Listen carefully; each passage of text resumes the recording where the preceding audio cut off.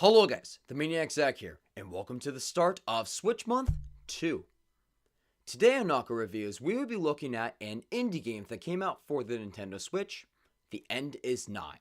This game is Emmett McMillan's most recent release. For those of you who don't know who he is, he created the cult classics Super Meat Boy and Binding of Isaac. Now before we begin, I just want to mention that even though this review will be based on the Nintendo Switch version of the game, it is also available on PS4 and Steam if you do not have a Nintendo Switch. Anyways, The End is Nigh has been described by people as a spiritual successor to Super Meat Boy for its insane difficulty and challenging platforming. But is it really? Or is it like an unfair Flash game on Newgrounds? Let's find out.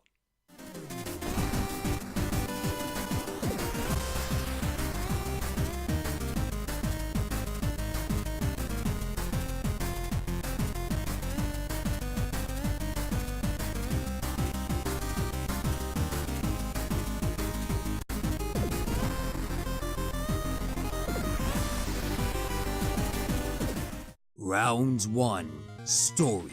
The basic premise of this game is explained in its opening cinematic. This world is a barren wasteland where everyone is dead except for this weird black blob of a creature, Ash. With nothing else to do, he decides to play his favorite video game cartridge, which surprisingly, you can control. Like the Maverick Hunter in Mega Man X, this is purposely designed to be almost impossible to beat in order to truly begin the adventure of the game. Thanks to your inexperience, the cartridge stops working, and Ash has a panic attack, since his only escape from the world is now gone. Oh no, it's still not working. Oh, what am I gonna do? Dang, Ash would be a perfect fit for a character on South Park. Anyways, Ash himself explains that he is lonely and needs to make a friend. But in order to do so, he has to leave his home and travel through the dangerous world that he lives in. Ouch! That hits a little too close to home, don't you think? And that's pretty much the entire plot of the game. If you're interested, you can find more info by talking to the NPCs, similar to scanning data logs in Metroid Prime. Besides the main story, the writing of the NPCs is pretty dark, but can be funny at times with its adult humor. Not only that, but it cleverly teaches you more about the game's mechanics better than most modern games would. The writing never failed to put a smile on my face, and it made me love this game even more. Round 2. Audio and Visuals. The overall music is excellent, but isn't memorable enough to listen multiple times through outside of the game. The tracks in The End is Nigh remixes of classical music, but are composed in a way so they sound familiar and fresh at the same time. It reminds me of Metroid Prime, which has remixes of older Metroid songs for the majority of its music, but are able to be unique because of how awesome they are. The sound effects also complement the game perfectly, and are so satisfying to hear, especially the death sound effect. Furthermore, the art style of the game is beautiful and minimalistic. Each of the world's chosen color palette sets the tone that the game presents, and helps to make them stand out from each other. Ash fits in well with the art style, even if it makes the gameplay more challenging at times. Final round. Gameplay. The End is Nigh's gameplay revolves around the combination of tricky platforming and precise jumping. Each of the 600 plus levels in the game is a single screen that you move from one side to the other. Sometimes it's like a puzzle on how you successfully reach the end of the level, and it makes the challenge of the game more fulfilling. The controls are limited to just moving, jumping, sticking on walls, and instantly dying if you make a mistake. That's it.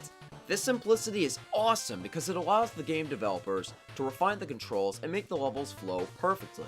Thankfully, the controls were so buttery smooth that I felt that every death was my fault and not because of some obstacle that I had no time to react to. While the controls are simplistic, that doesn't make the game any less forgiving, since the difficulty of this game is brutal.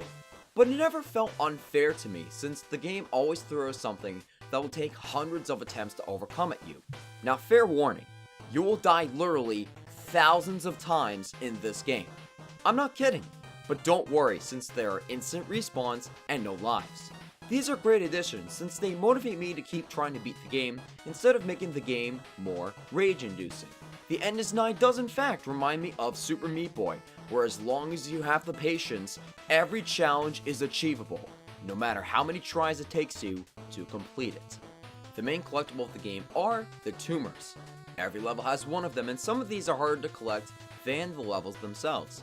The tumors are great because they add an optional layer of challenge, where people who just want to beat the game can avoid them entirely, or skilled players can risk it and collect them all. Tumors are also used to access secret areas if you have a specific amount.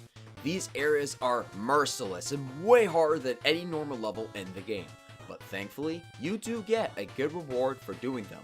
The other collectible in the game are the cartridges, which you can play on the same console that Ash's favorite game broke on in the beginning of the game. The idea of collecting these is cool, but is pointless since they're just more levels but with limited lives and retro aesthetics. It would have been nice if they spiced up the gameplay a little with different genres, similar to the arcade minigames in Splatoon. Match results. Overall, the End is Nigh is one of the best end games that I have ever played. It is refreshing to have a game that is unforgiving, yet still enjoyable and satisfying to overcome, no matter how punishing the levels can be. And the writing of the NPCs is excellent and connected me with this desolate world more than any other platforming game I've ever played. This game is near flawless, but it isn't for everyone. If you have played similar games to this, or if you're okay with being punished heavily over and over and over again, this is right up your alley. However, if you just want a cheap, fun indie game that you can play in between AAA releases, this isn't for you at all. This game gets a 9 out of 10, or a knockout.